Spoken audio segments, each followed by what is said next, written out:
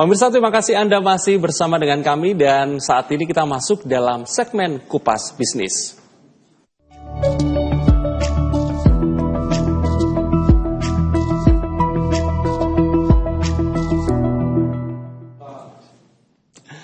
Pemirsa, dalam segmen Kupas Bisnis pada siang hari ini senang sekali karena kita sudah kehadiran seorang anak muda, seorang wanita yang masih muda yang sangat punya kreativitas, dan orang ini sudah hadir bersama-sama dengan kita. Kita akan berbincang mengenai bisnis parfum. Siapa lagi kalau bukan Ibu Elin Marcelita Wena. Elin, selamat siang. Selamat siang. Terima kasih sudah hadir di Jawa Post TV. Kayaknya nggak usah dipanggil Ibu ya, karena masih muda. Langsung panggil nama boleh? Boleh. Elin, apa kabar? Baik, terima kasih. Baik, terima kasih sudah hadir. Boleh tahu, Elin ini standby di Jakarta, Surabaya?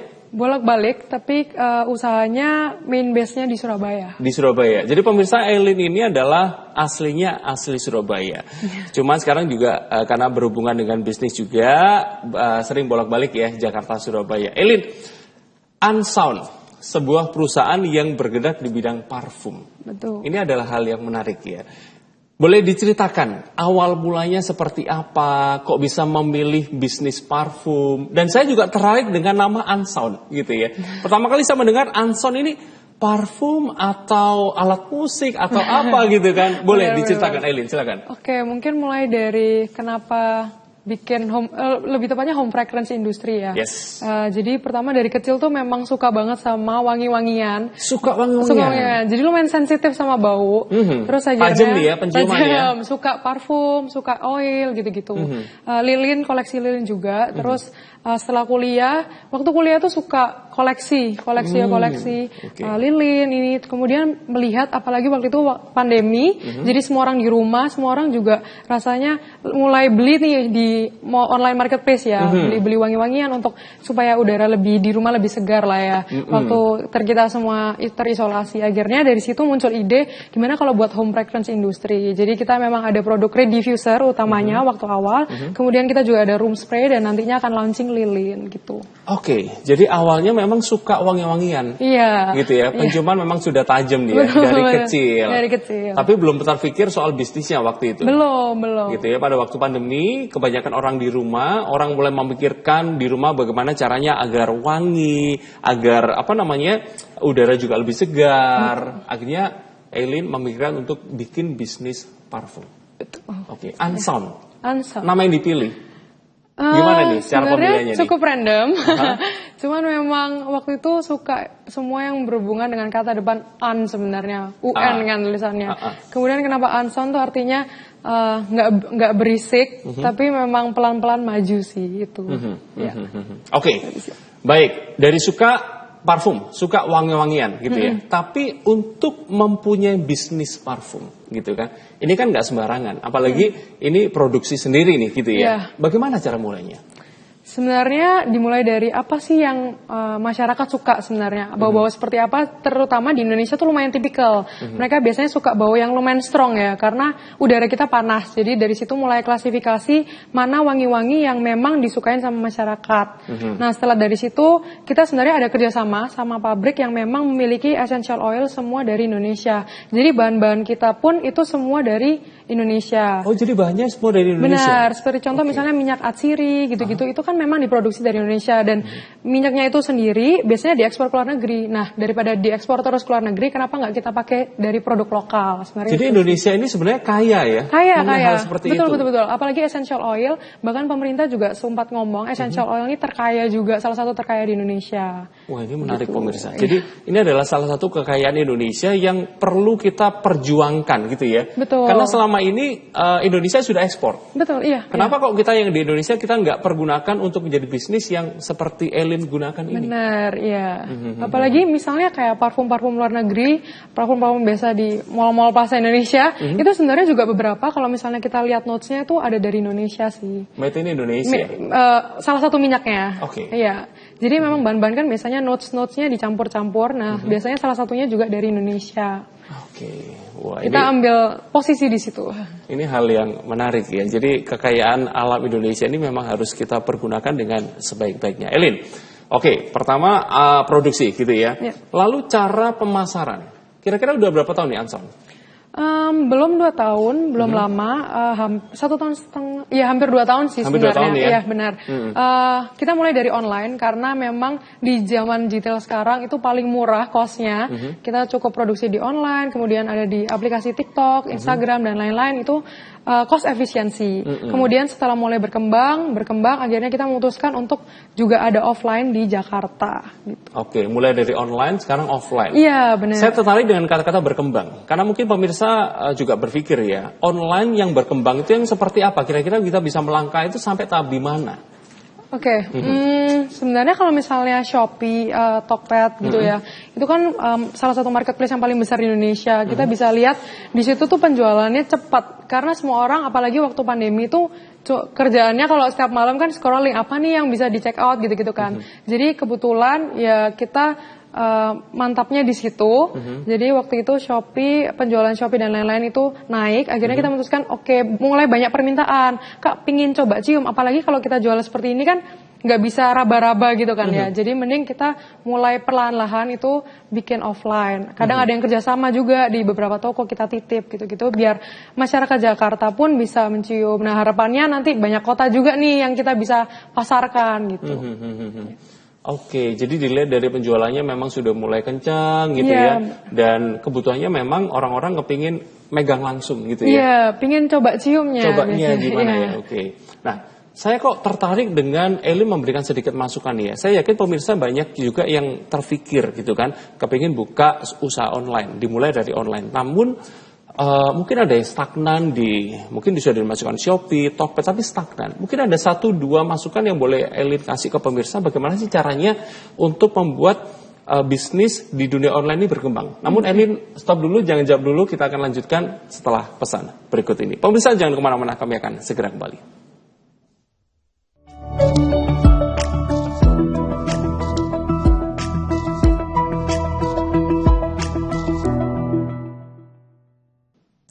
Pemirsa, terima kasih Anda masih bersama dengan kami dan saat ini kita masuk dalam segmen Kupas Bisnis. Kita masih berbincang dalam talk show dengan seorang owner dari Surabaya yang bergerak di bisnis parfum bernama Anson.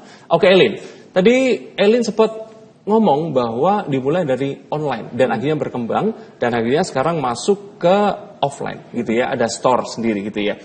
Saya ingin Elin memberikan sedikit masukan 1-2 ide mungkin yang boleh dilakukan atau dicontoh oleh pemirsa di rumah untuk memulai pemasaran dengan cara online. Itu agar berkembang, itu seperti apa sih?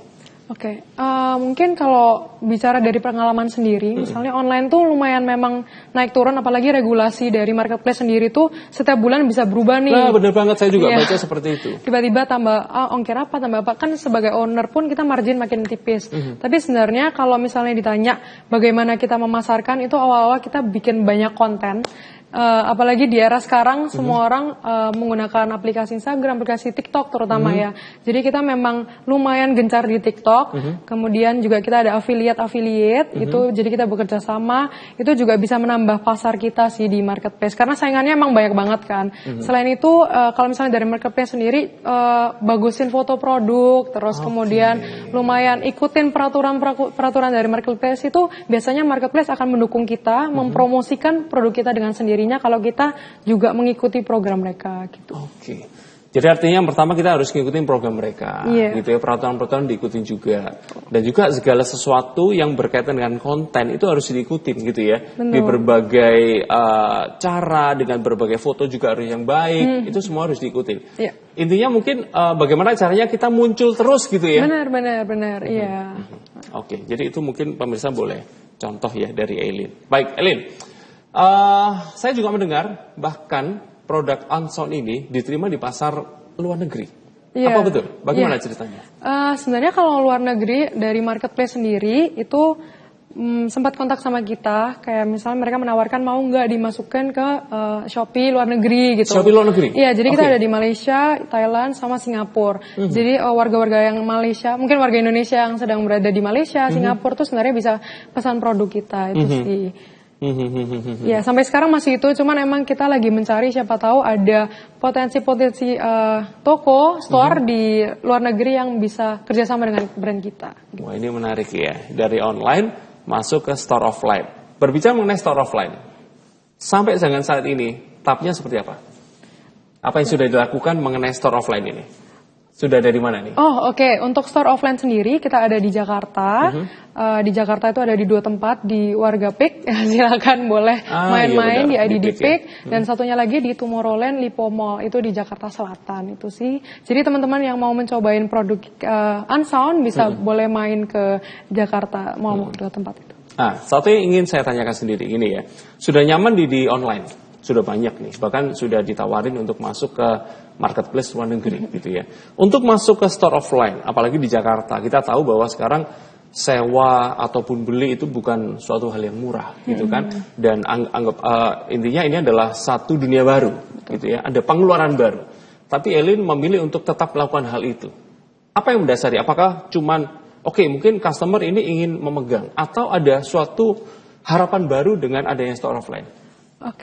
Untuk pertama karena memang produk kami ini bergerak di wangi-wangian dan rasanya masyarakat pun pingin ya mencium gitu, terutama kan indera penciuman ini paling tinggi untuk membuat mereka membeli produk ini. Jadi memang waktu itu diputuskan untuk kita offline deh, dan sebenarnya offline-nya itu juga bisa kerjasama antar beberapa brand, kita buat jadi satu. Sebenarnya itu lumayan banyak taktik yang digunakan. Iya, namanya itu lumayan namanya disebut consignment sih. Jadi itu bisa dibantu teman-teman brand lokal ya. Kemudian pertanyaannya kenapa beralih dari online ke offline meskipun sudah nyaman di online, karena itu tadi peraturan regulasi dari online tuh memang berubah-berubah yang menurut saya kurang menguntungkan untuk seller sebenarnya. Jadi dari situ kita mulai pivot nih, mana yang lebih menguntungkan. Sebenarnya penjualannya pun sama sih, masih unda-undi, cuman kita juga ada B2B. Membuka pasar baru juga ya? Betul, kita selain marketplace, selain offline kita juga B2B. B2B jadi corporate biasanya pesan untuk tamu atau misalnya untuk hampers, artis gitu-gitu. Juga bisa memesan di kita biasanya. Biasanya kalau ada acara kita ada hampers, dalamnya ada parfum. Bener. Wedding gitu kan. Wedding juga. Betul. Masuk ke situ. Betul.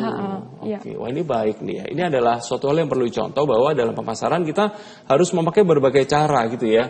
Online juga, offline juga, B2B juga. Wah, ini keren gitu ya. Baik. Berbicara mengenai tantangan, tadi sudah dikatakan oleh Elin, satu peraturan dari marketplace yang berubah-ubah. Mungkin selain itu ada yang bisa di-sharekan ke pemirsa? Tantangannya pastinya kompetitor makin banyak, karena era digital berarti makin banyak yang bisa masuk nih pasarnya, makin banyak yang bisa menciptakan produk diffuser lainnya dan lain-lain. Jadi tantangannya tuh sebenarnya lebih ke gimana brand kami ini terus diingat sama teman-teman semuanya sih. Nah, itu. Terus muncul terus ya? Muncul terus. Jadi memang sekarang dunia digital itu memang harus didalami benar-benar. Gitu ya, bikin konten, foto produk yang menarik, bikin video, apapun lah. Yang penting kita muncul terus gitu ya. Buka sosmed apapun kelihatan Unsound gitu ya. Buka marketplace apapun kelihatan Unsound gitu ya. Benar. Baik, Elin, kita akan berikan kesempatan untuk pesan yang mau lewat terlebih dahulu dan kita akan lanjutkan nanti. Pemirsa jangan kemana-mana, kami akan segera kembali.